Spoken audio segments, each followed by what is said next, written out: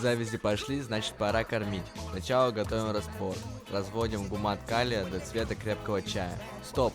Не лей удобрения в сухую землю. Сначала просто проливаем водой, чтобы напитать корни, не сжечь их химией. Теперь даем гумат. Калий сейчас это все. Это сладость плодов и их размер. Льем по пол-литра на каждый куст. Килатный комплекс по листу. Прямо по цветам. Это чтобы завязи не осыпались, но делай это только на закате. Делай так раз в 10 дней и собирай урожай ведрами. Сохраняй, чтобы не забыть.